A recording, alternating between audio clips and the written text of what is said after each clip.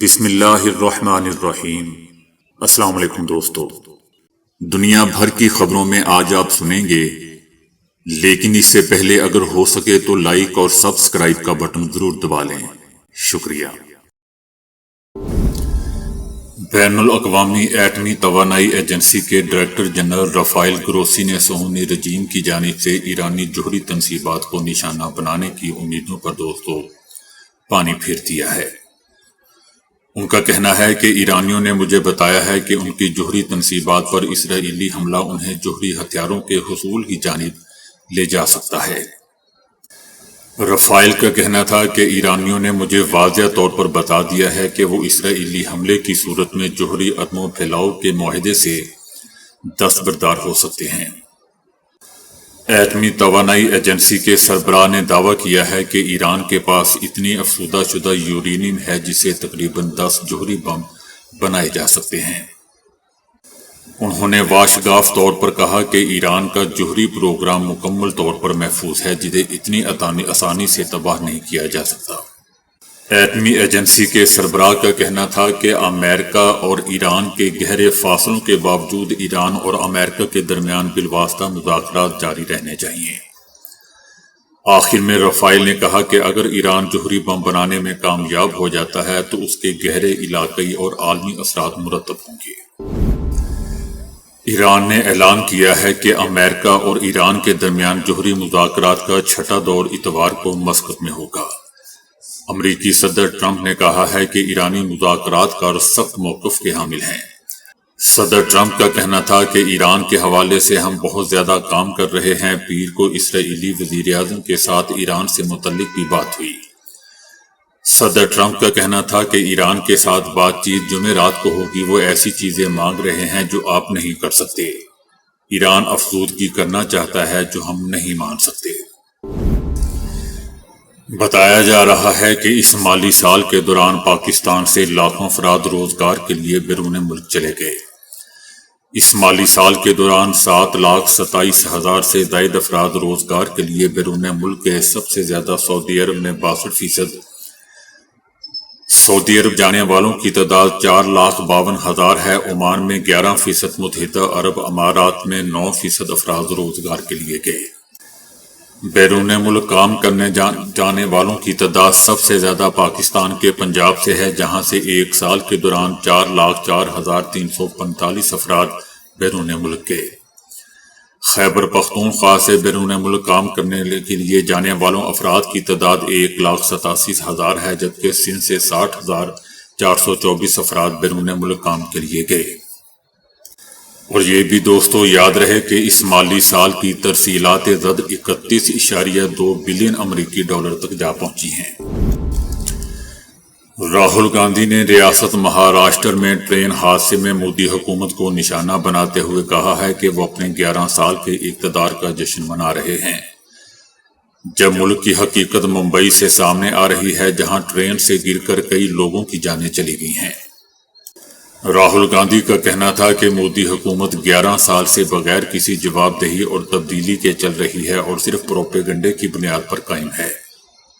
ان کا کہنا تھا کہ حال کی بات کرنے کی بجائے بی جے پی حکومت 2047 کے خواب بیچ رہی ہے۔ ان کا کہنا تھا کہ جب بی جے پی نام نہاد خدمت کے 11 سال کا جشن منا رہی تھی، تب ملک کی حقیقت ممبئی سے آنے والی افسوسناک خبروں سے ظاہر ہو جاتی ہے، جہاں ٹرین سے گر کر کئی لوگوں کی موت ہو گئی۔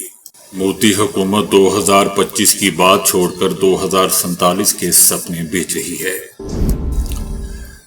پاکستان چائنا سے J-35 J-500 طیاروں اور HQ-19 بیلسٹک میزائل دفاعی نظام خریدنے کا ارادہ ظاہر کر رہا ہے، جس کے بعد چینی دفاعی کمپنیوں کے شیئرز میں زبردست اضافہ ریکارڈ کیا گیا ہے۔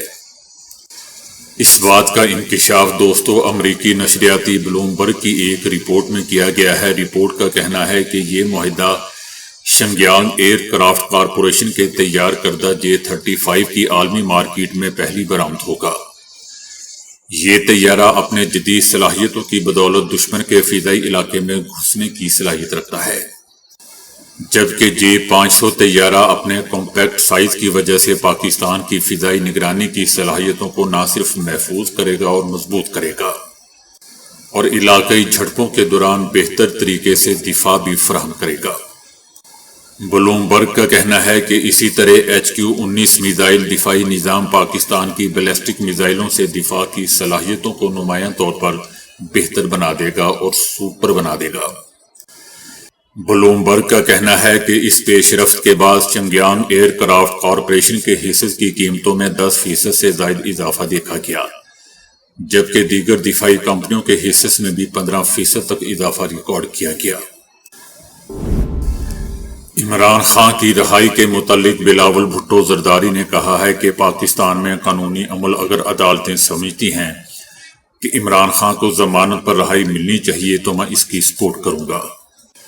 ان کا کہنا تھا کہ مجھے نہیں پتا، اس کے بارے میں پہلی بار سن رہا ہوں، اگر یہ سچ ہے تو میں قانونی عمل کا حصے کو ان کی سپورٹ کروں گا۔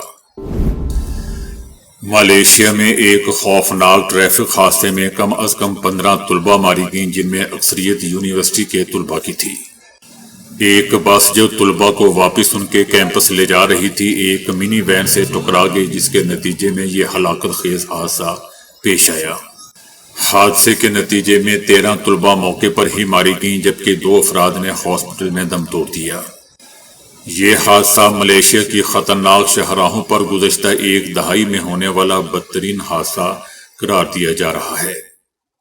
متاثرین کی عمریں 21 سے 23 سال کے درمیان تھیں۔ یہ طلبہ شمال مشرقی ملائیشیا کے قصبے جدے سے سفر کر رہے تھے جب رات تقریباً 1 بجے یہ حادثہ پیش آیا۔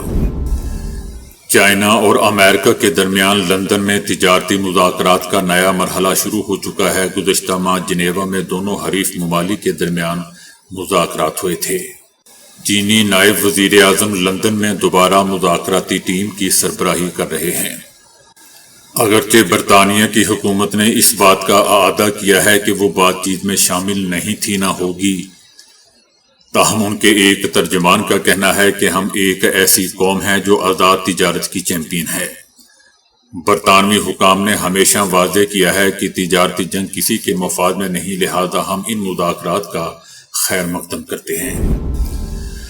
صدر ٹرمپ نے دعویٰ کیا ہے کہ ایران حماس اور اسرائیل کے درمیان یرغمالیوں کی رہائی اور جنگ بندی معاہدے کے لیے جاری مذاکرات میں شریک ہے۔ یہ بیان عالمی سیاست میں ایک بڑی پیش رفت کے طور پر دیکھا جا رہا ہے۔ صدر ٹرمپ کا کہنا ہے کہ غزہ کے حوالے سے اس وقت ہمارے حماس اور اسرائیل کے درمیان ایک بڑے مذاکرات ہو رہے ہیں اور ایران بھی دراصل ان میں شریک ہے۔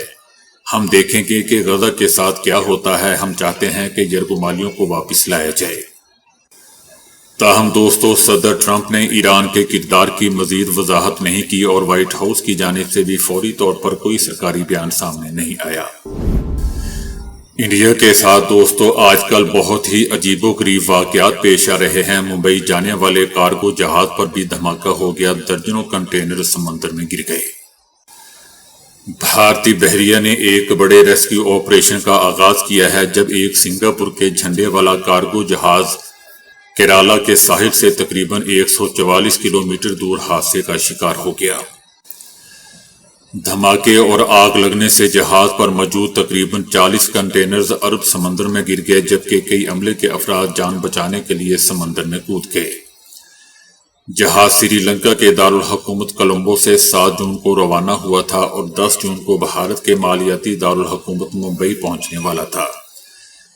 یہ 270 میٹر لمبا جہاز 12.5 میٹر کے ڈرافٹ کے ساتھ 650 سے زائد کنٹینرز لے جا رہا تھا۔ عملے کے 22 میں سے 18 افراد کو بچا لیا گیا ہے، جبکہ 4 لاپتہ افراد کی تلاش جاری ہے۔ مودی حکومت کو سوچنا ہوگا کہ آخر بھارت کے ساتھ ایسا کیا ہو رہا ہے۔